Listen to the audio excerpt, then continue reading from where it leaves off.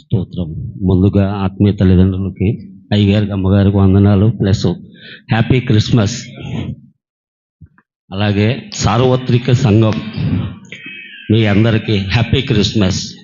ప్రేమగల సంఘం, కింగ్ గారి సంఘం మీ అందరికీ హ్యాపీ క్రిస్మస్. మా శ్రమ నిందలను చూచితివి, దుఃఖము సంతోషముగా మార్చితివి.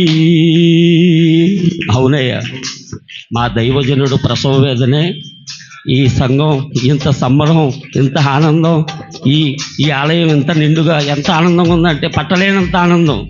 ఆయన గారు పడిన ప్రసవ వేదనే ఈ సార్వత్రిక సంఘం. అలాగే ఇలా కింగ్ మామ గారు జ్ఞాపకార్థం, ఆయన జ్ఞాపకం చేసుకోవటం, నీతి